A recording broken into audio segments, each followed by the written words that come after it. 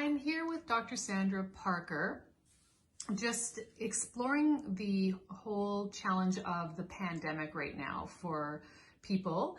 One theme that's come up a lot over the last several months is the disconnection people are feeling from their loved ones and their family.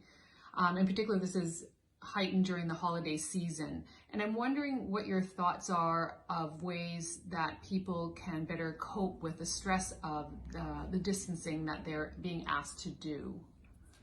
Disconnection during COVID is a real thing. We've been put in, I know the word's overused, unprecedented, but it is the right word, unprecedented situation here.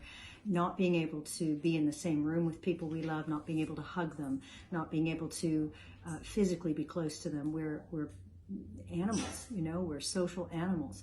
And this is tremendously stressful for us. And it's painful. We're wired to move against pain. We're wired to push back and to disconnect from the pain inside of ourselves. So what I'd like to address right now is, yes, we have this disconnection from others, but the thing that's creating suffering for people is that we then disconnect from what that feels like inside of ourselves.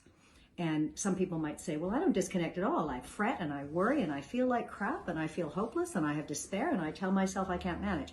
So what I want to say is that that's still disconnecting, because what's happening is we're in this awful situation and then we tell an awful story about it. But we're in this awful situation, and what we need to do is have an experience of the awful.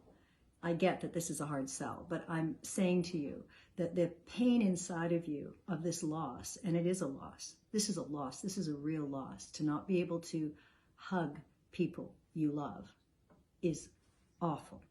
To not be able to be in a room with people over Christmas, to have to look at a screen and pretend that that's the same as being in the same room, to look at a screen, to look at a camera and pretend that that's eye contact, when of course it's not.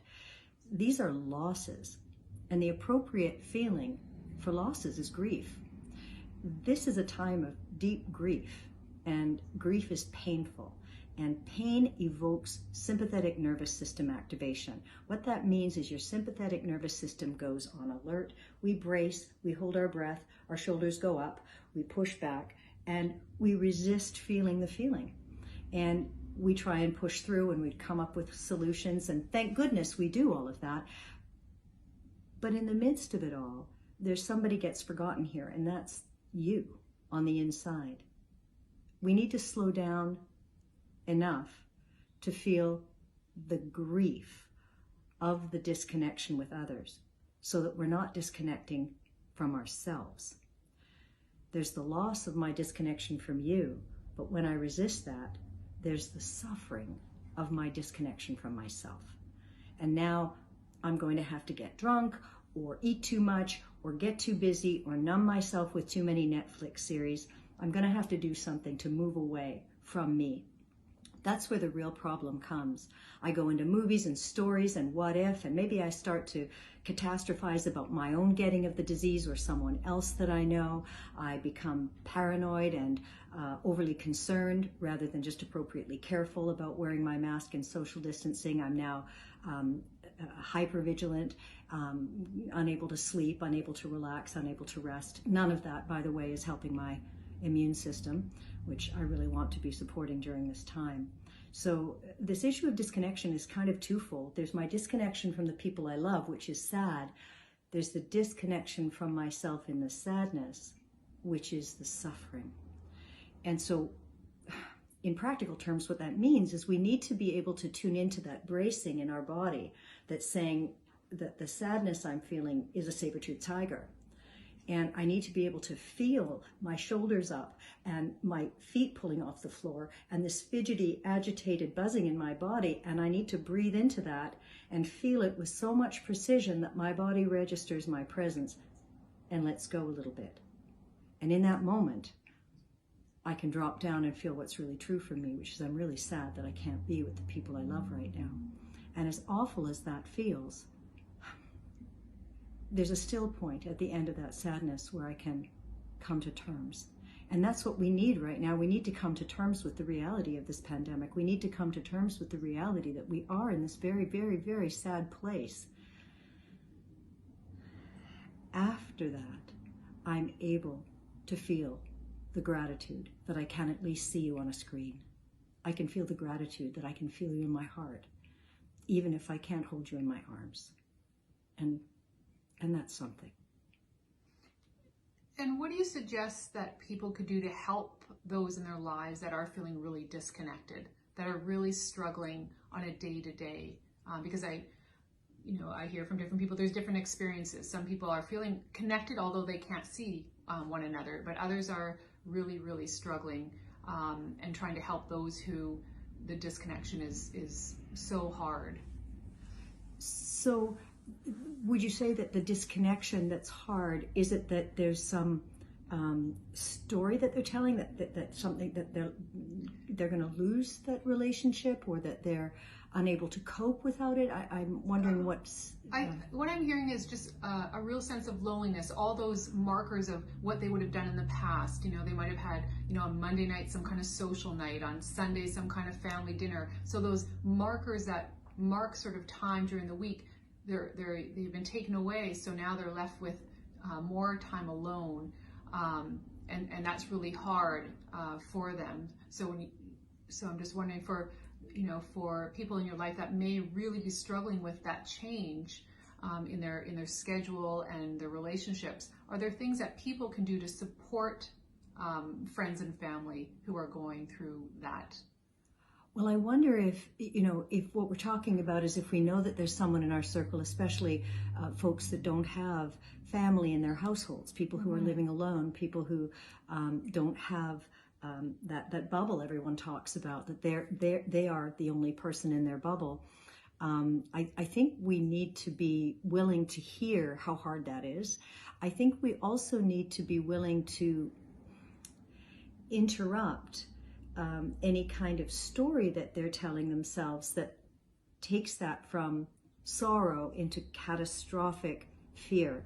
I feel like there's this line that can happen where we begin by talking about how much it hurts, but we can't stay there very long because our own unrest comes up in our body, and we start going into this sort of these worry stories about how things will never be right, or things are going to get worse, or I won't be able to cope, I'm going to fall apart, I don't know how I'm going to be able to manage. But these are all predictions. I'm not really telling you what it's actually like. And my invitation, if I'm on the other end of the phone, well, that's so old school, but however we're communicating, if I'm across from you, would be to invite you to just come back to this moment. I'm right with you right now. Tell me the worst of it. I want to know the worst of it. You can tell me right now. Like, don't go into a future thing, but just right now. What's the hardest thing right now? And to be willing in my heart to bear that, to not make it better, to not problem solve, to not fix it, but to really bear witness, because in that moment we will be connecting. As disconnecting as everything is, that's the connection. If I'll meet you where you are, if you can feel what you're feeling and I'm open to feeling it with you, we have connected. It's the stories that disconnect us. And if I run off with you into the stories about what if and woulda, shoulda, coulda, we've both disconnected from reality, from the moment, and from each other. So really you're saying is to help another person, it's just helping them stay in the moment and be able to share how they're feeling and how hard it is, and gently kind of reorient them back to not kind of making up a story or going down a different path to kind of keep them in the present. That's lovely. Like, nudge them back into their body a bit. Of course, to be able to do that, you've got to be pretty grounded in your own body. So, take a breath. So you can be, it's the old put the oxygen mask on you before you put it on the other person. Well, that kind of makes me think of something else of before you kind of maybe talk to someone, if you're getting tired yourself of just, it's COVID's very stressful. So you're kind of tired and you're also feeling the strain of communicating over Zoom or texting or some video chat platform.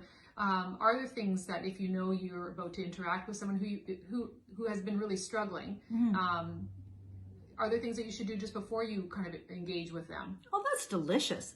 Yeah, like jump up and down, do some jumping jacks and some burpees. Get some blood flowing in your body. We've all been sitting on our bottoms too much. Move around, feel your body. Then slow down for just a moment. Because connecting inside, we're not really wired to do that. Our eyeballs, if only they swiveled inward, we'd be in a lot better shape. But they only go out. So we're always looking outward for the answers to our questions, for solutions, for where reality is. But there's this whole inner experience that if we pay attention to it, we can ground, we can connect, we can get access to resources, and we can be more resourceful for the people we love.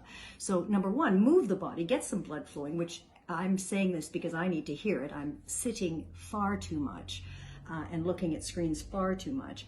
So, move your body, get something going, and then be still and go in and say hello to your own body. Say hello to your own sympathetic nervous system. That's, I like to say your nervous system is nervous, right? It actually would like a little attention. Soothe yourself and then reach out to this person that you love who's having a harder time and who needs to feel that there's an anchor across the airwaves, another human who's willing to bear how hard it is, who has the capacity to stay with them and not fix it. Thank you so much. That was really helpful for these times of COVID, where it looks like we're in it for a few more months here. So thank you so much, Dr. Parker. Thank you.